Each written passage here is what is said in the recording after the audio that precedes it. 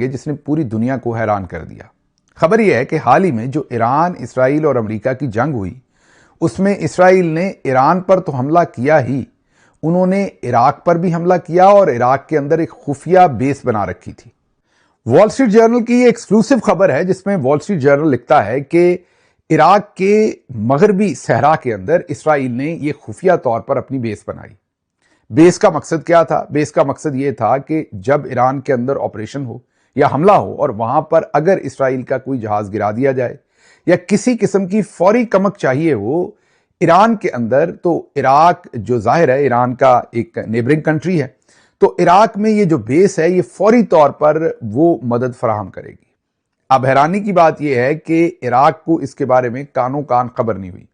वजह एक तो वो वसीओ अरीज सारा इलाका है, क्योंकि सहरा बहुत बड़ा है, उसके अंदर आबादी भी कम है और जाहिर है सैटेलाइट वगैरह से ही ऐसी चीजें मॉनिटर हो सकती हैं। हैरानी की बात यह भी है कि इसको चाइना भी गालिबन डिटेक्ट नहीं कर सका। अगर करता तो किसी ना किसी तरह से खबर इंटरनेशनल मीडिया पर या कहीं पर आ सकती थी। मतलब चाइना और रशिया भी इसको उस तरीके से डिटेक्ट ना कर सका या शेयर ना कर सका मीडिया के साथ या ईरान के साथ,